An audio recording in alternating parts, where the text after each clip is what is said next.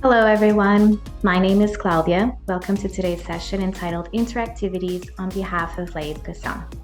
Today, we'll be looking at some activities and game-based learning ideas in which students can interact as well as further explore vocabulary. In fact, if we consider the term interactivity within the scope of education, the word refers to the student's control and level of participation within the learning process. So today we're going to find out more about how we can make this happen. Before we do, let's just have a look at the type of interaction that is typically expected of our students in the classroom setting, especially because student interaction in the classroom has gained significant recognition and it's a crucial component for effective learning. It's important to foster this type of environment because it encourages students to interact, to collaborate. So first, the student-student interaction pattern, and whose main focus is communication among the students through debates or group work, for instance. In fact, today's activities will be more aligned for this type of interaction through group work and pair work. Then there's this student-teacher type of interaction, which involves both the student and the teacher communicating in a moment of giving feedback or expressing their view in class discussions, for instance. And finally, the type of interaction in which students interact with the content that's given to them. Okay, so examples of this include reading text in print or even digital formats, watching or listening to media, among others. So as I mentioned before, today's session will focus more on the first interaction pattern, the student-student pattern, to provide students with more speaking time and get them to use and actively produce the target language. And this is fundamental for numerous reasons, as you can see here, because when students interact with each other, they feel more motivated, they feel a sense of ownership over their learning, and ultimately they also put their language skills forward and participate more. So in turn, they gain valuable experience in working together to achieve those goals, the common goals that are set for them. And so all of these benefits are a great starting point for the foundation of an inclusive classroom even. But for this to be possible, some key points should be taken into account.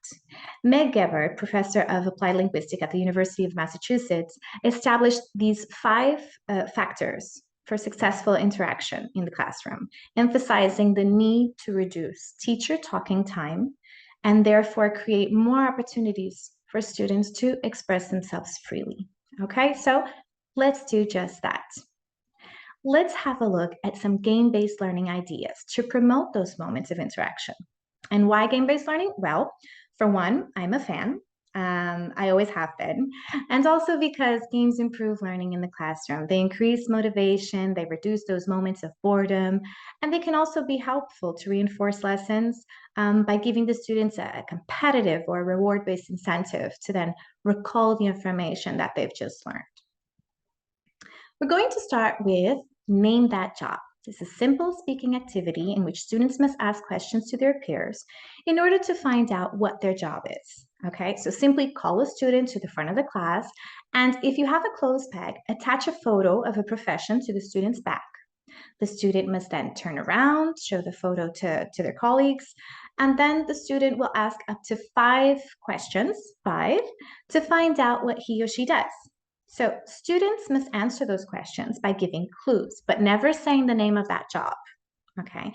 Encourage the students answering the questions to try and use complete sentence opposed to one-word answers. And if the student is able to guess that job with just one question, he or she is awarded 5 points. If after 2 guesses, 4 points, and so on and so on. For lower level students, I would recommend, if possible, to provide them with a list of questions beforehand, okay, to try and make it easier for them to ask the questions and then listen to their peers giving them the answers. Or for higher level learners, in fact, you can even add additional professions, some that are not even included in their student's book, okay, as a wild factor, for instance. This game can also be played, for instance, with family members. You could divide the class into 3 or 4 teams, for instance, and a player from that team comes to the front of the class, and a family-related word is attached on his or her back. The player then chooses someone from his or her team to give a description such as, "It's your father's sister." The student then has 10 seconds to come up with the answer. In this case, it would be aunt, to win the point, okay? And then you would move on to another group. Let's continue. Here are some more speaking and asking question activities. Start by dividing your students into pairs. Okay, you're going to give each pair a set of interview sheets such as these. Okay, you can find them at eslgames.com if you like.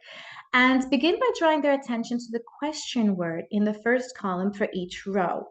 It's missing. So they first have to do this sitting down.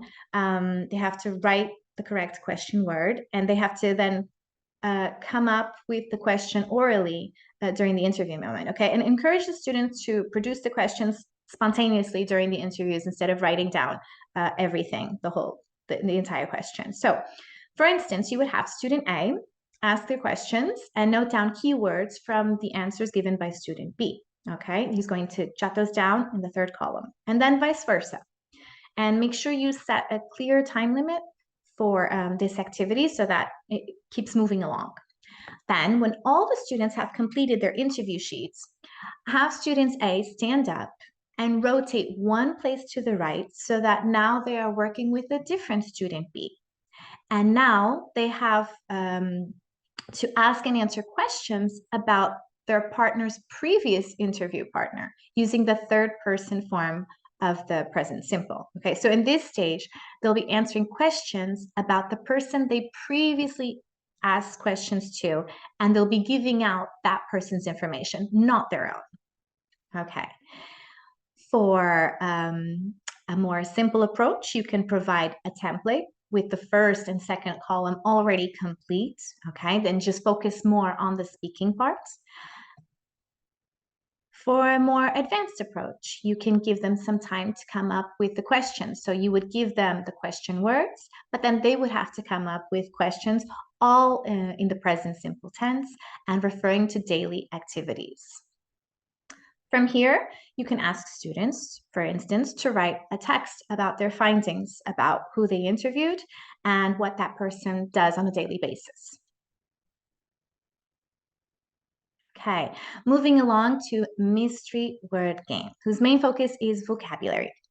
This game can and should be played in groups to get the whole class involved. Okay, it's a great game to review vocabulary.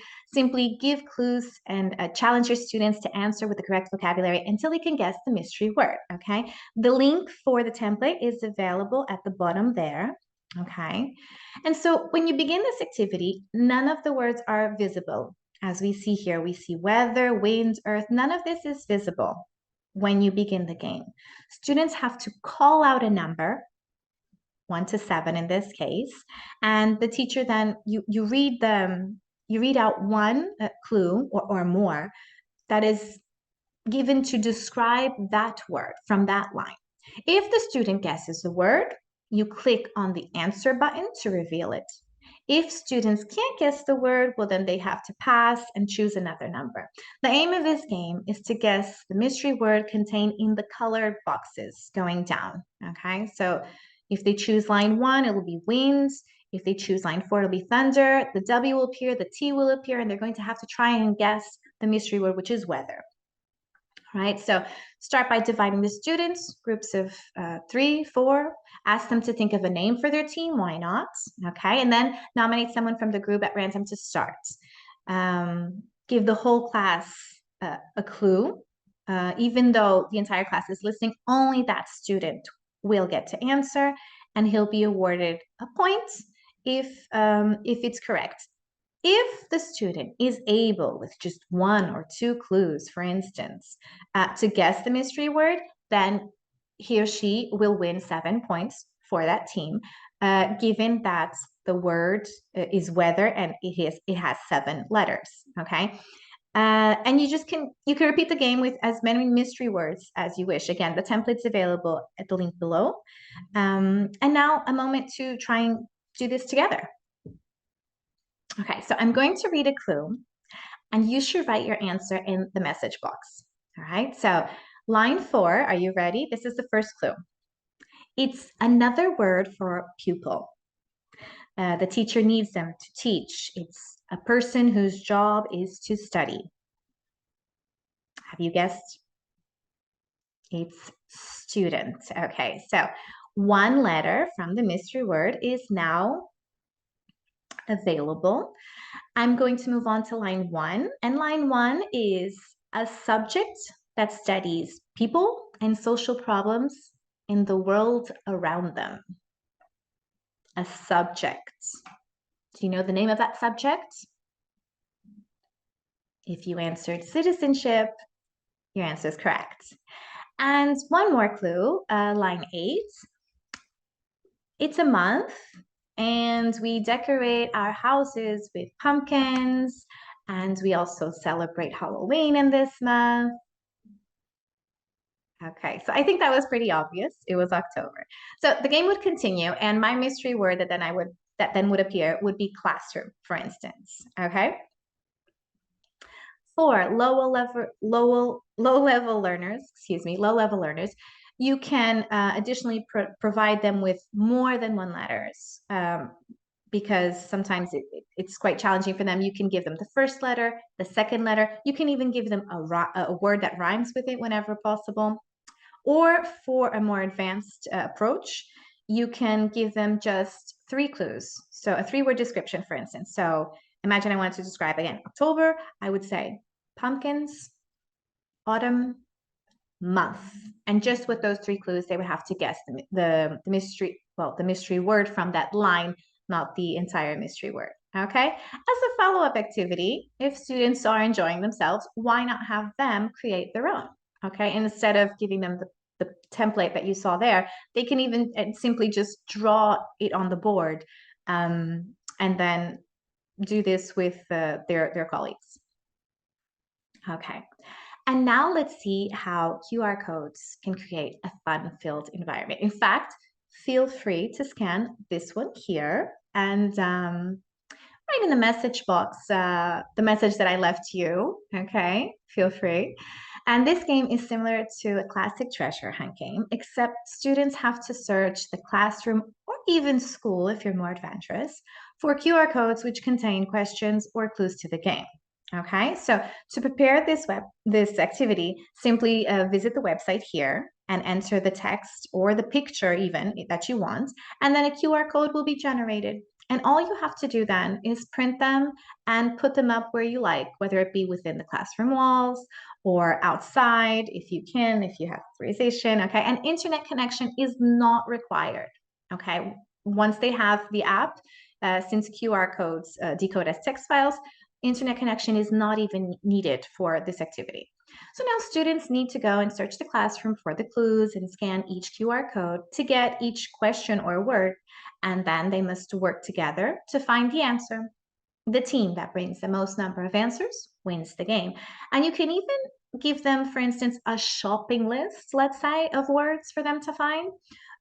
For instance, a QR code in which each one refers to a family member. So they'll shop for words related to family members or school facilities, household chores. It's up to you. It really depends on what you're teaching at that moment.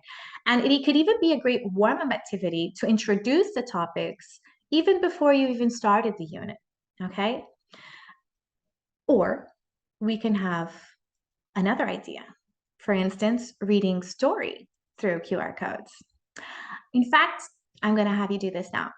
I would like each one of you to scan these 3 QR codes. Each one has a different part of a story, okay? So you're going to scan them, and then you have to try and order the story. I'm going to give you 30 seconds starting now.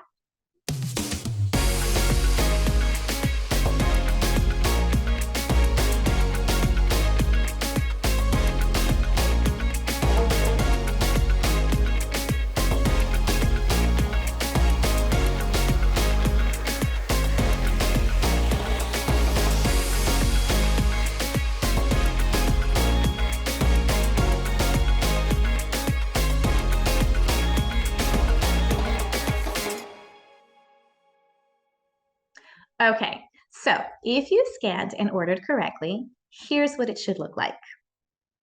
Last summer, I went on a trip to the mountains. We saw mountain lions, coyotes, and even a bear. I'm not afraid of bears in general, but that one was huge. Okay, a very short story.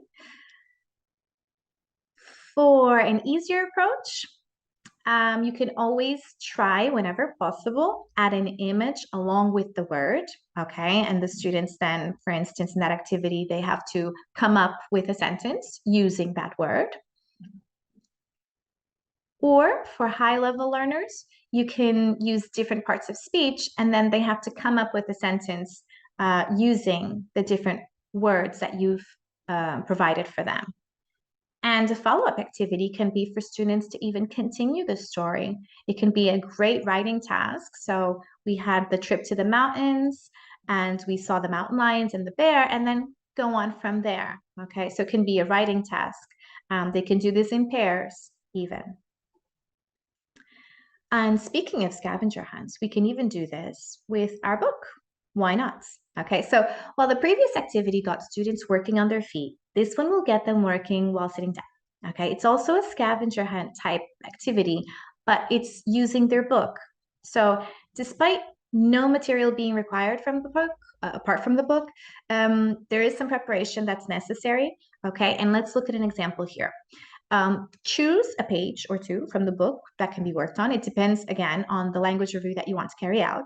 I have this example, which focuses on vocabulary, and it's a fun way to also practice synonyms and antonyms, which is nowadays requested, it's seen on tests. And so what I'm going to do is I'm going to give you something I'd like you to find. In fact, 6 things I'd like you to find. And I'm going to give you 30 seconds to try and find them, okay? I hope this is visible for you. And I hope you are able to find the 6 words. If so, feel free to share your answers in the message box. And let's see how well you did, okay? So 30 seconds starting now. Ready, set, go.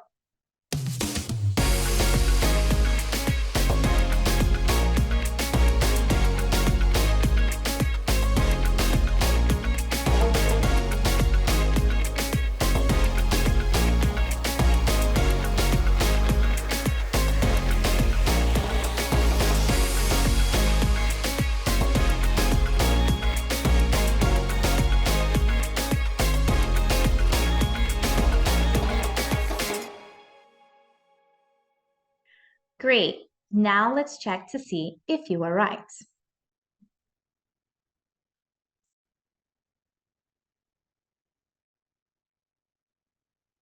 So, were these part of your answers? Good job. So, again, this activity is pretty simple to do. With your low-level learners, if you'd like, you can always underline or highlight the words beforehand, those specific words, or even provide a separate worksheet in which they'd have to match the columns. Or a more advanced and more grammarly approach, why not, is have them identify, for instance, a personal pronoun, an adjective, search for a connector, a verb in the present simple, etc. Okay?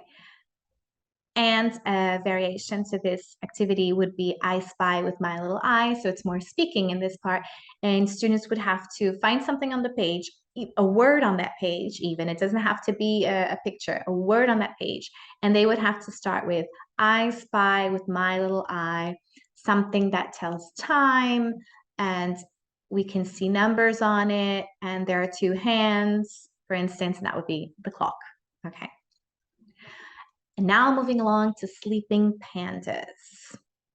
Sleeping pandas may sound like a very calm activity, but in fact, it's fun and it'll get students motivated for the activity. So start by forming groups of 4 and have students number themselves from 1 to 4. So you have a group of 4 students and each one will be assigned a number. You are number 1, you are number 2, you are number 3, you're number 4.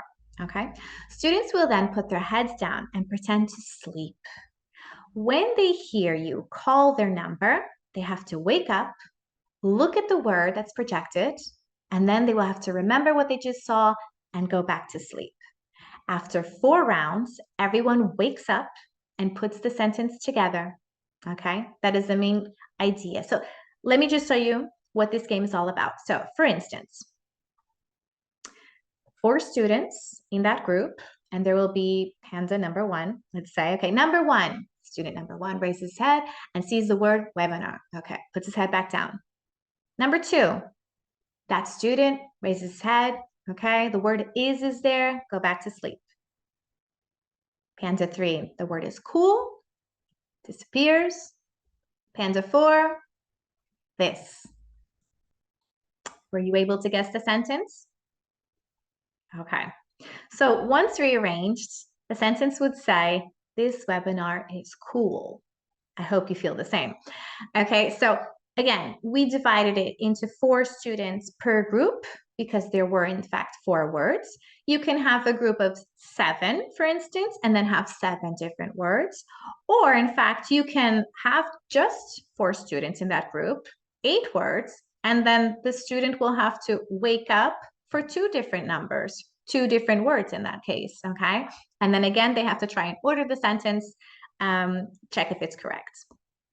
So I would suggest for an easier approach, for instance, you could just provide the word and the image.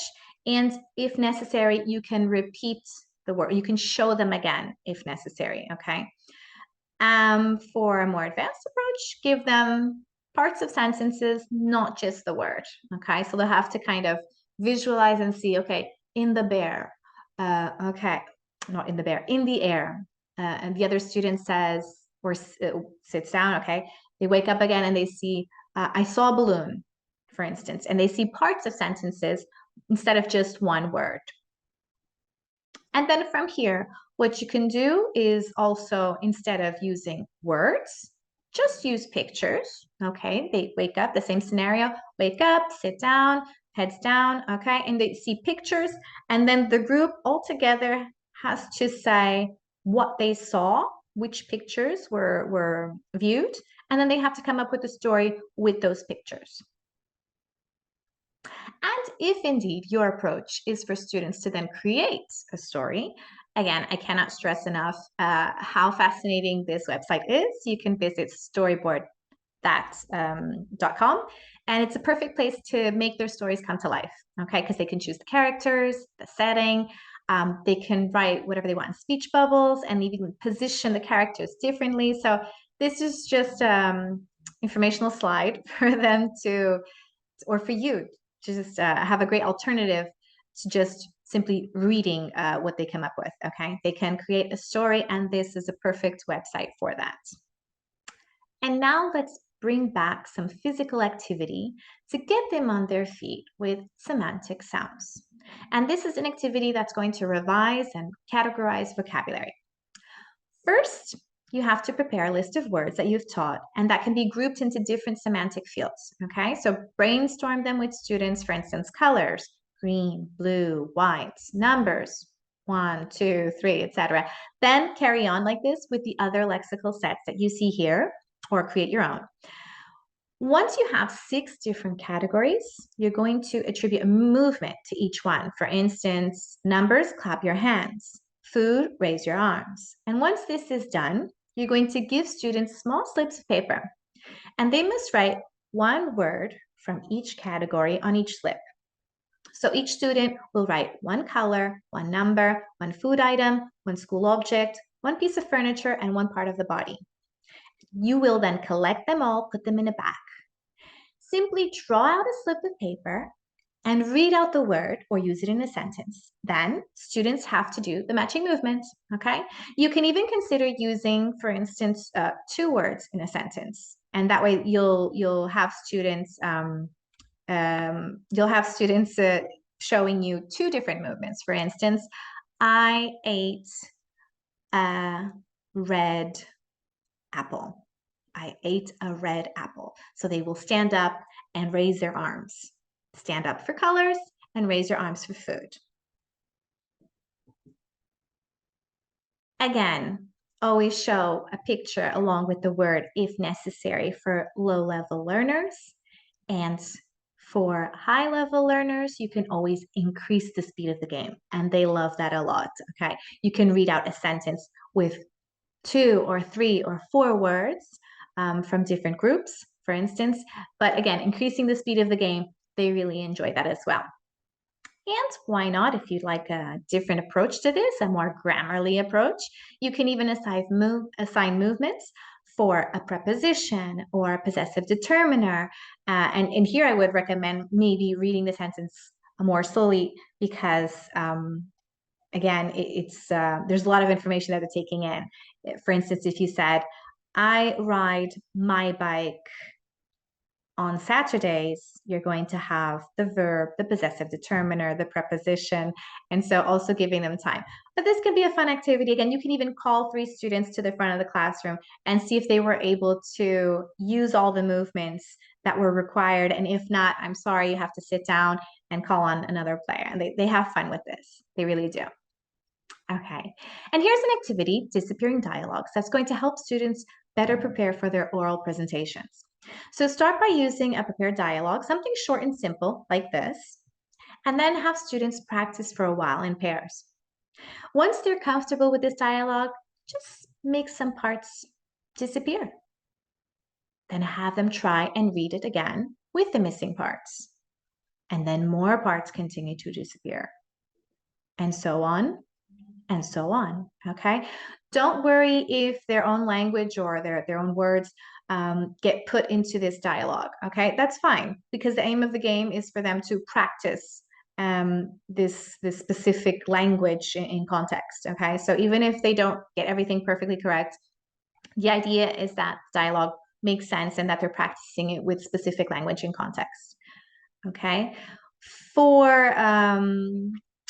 Or to have an easier view of this game, for instance, do not remove more than 3 words is my suggestion, okay? And start just by eliminating 1 word at a time, okay? Encourage more advanced students, for instance, to incorporate functional language to the existing dialogue. So in that dialogue, there was a part that said, can I try on this t-shirt? And students can then add, for instance, I think it's just the right size, for instance. Okay, and then after this, why not create the entire dialogue? Okay, it could be a writing task, and again, then leading to role play for the classroom to see. First letter words is another fun activity that tests vocabulary. It also helps them to review or even acquire new vocabulary for that instance. So students are shown different pictures, and they need to take the first letter from each picture to form a mystery word, okay? So start by dividing the class into teams, and 2 students will come up to the front of the class, for instance, and place a bell, if you have a bell, place that between them. Then start showing the images slowly with or without the words underneath. I mean, it depends on your level of student again. And the first student to ring the bell and answer correctly wins a point. So in this case, the 4 different images would show the word walk, the first letter in that case. Okay, over to you. Can you guess this mystery word? If so, write your answer in the message box now. So what do you see in each picture? Take the first letter and write your mystery word in the box if you think you know it. Okay, so in this case, game. Game would have been the mystery word. We have golf, art, mask, and elf. Are you ready for another one? Let's try this out again. Feel free to write your mystery word in the message box now.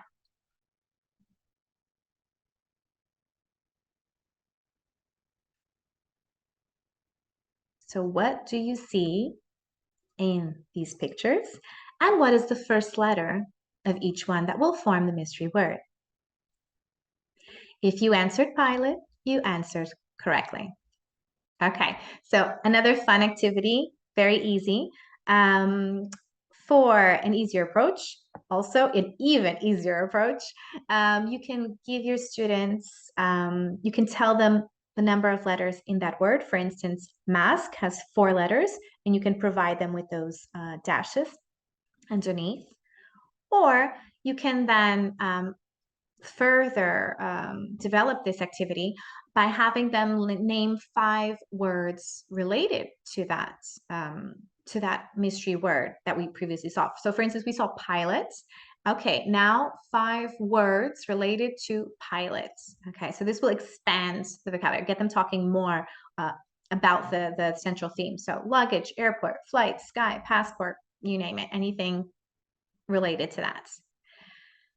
And why not have the same activity, but showing the pictures in a different order, okay? So the same scenario, you would have those pictures, mystery word, first letter, but they would be in a different order. So apart from having to figure out what the picture is, they would also then need to rearrange it so that it would spell the mystery word correctly. And now on to speaking hats. Okay, this is in fact a challenging speaking activity to spark communication. So it really, again, depends on your level of students. But basically, this activity is a tool for group discussion and individual thinking process. Okay, so it involves 6 colored hats. Each color represents a mode of thinking, which allows the students to talk about something or an issue. Now, start by assigning each student a colored hat. Okay, so you'll have 6 students. Each one will be given a different colored hat, as you can see here. All right, explain to them what each color means and what they have to come up with. So for instance, the person with the blue hat will not say anything. He's the one who has to listen attentively and then guess what the topic or the thing is, okay? So the person with the gray hat will talk about things that they already know about this topic or product. The person with the yellow hat is going to discuss the positive things about it. The person with the black hat, the not so good things about it. The person with the red hat is how this topic or thing makes him or her feel. And the person with the green hat has to be very creative, okay? Because this person will have to come up with solutions to improve this topic or thing that's going to appear. So let's look at an example.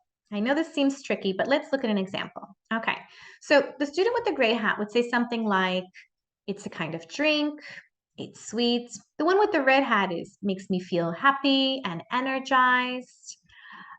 The person with the yellow hat, it gives you energy and it quenches your thirst. Okay, advanced vocabulary here. You'd keep it more simple in the classroom.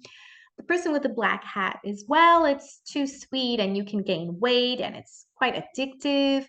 And the person with the green hat would say, well, maybe we can use natural flavors, or maybe not use any caffeine in it, or, not sell it to kids for that matter. So with all the information provided here, do you think you know what the topic is? Do you think you know what the product is?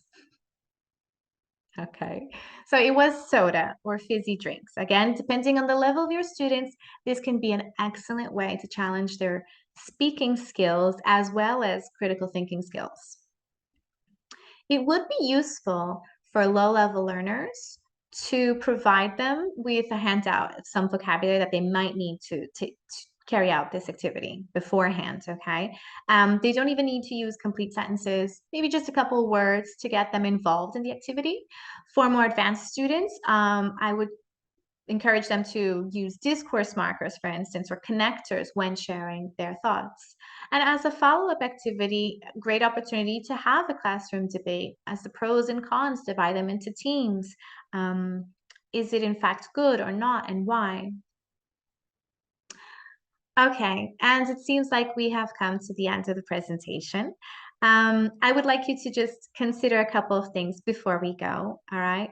Which mainly is to foster an environment that will have students interact and participate more, okay? Give them more speaking time, less teacher talking time.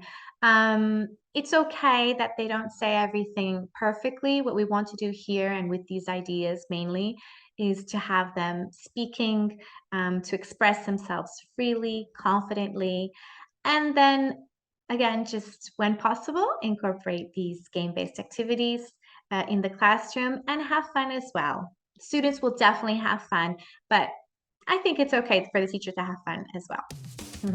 So thank you for joining me today. I hope you're able to enjoy these activities with your students. If you have any questions regarding any activity or even the templates or even just a simple suggestion, you can find me at claudia.c.correa@gmail.com. On behalf of La Educação, thank you for joining me and I will see you next time. Thank you. La Educação, um ponto de encontro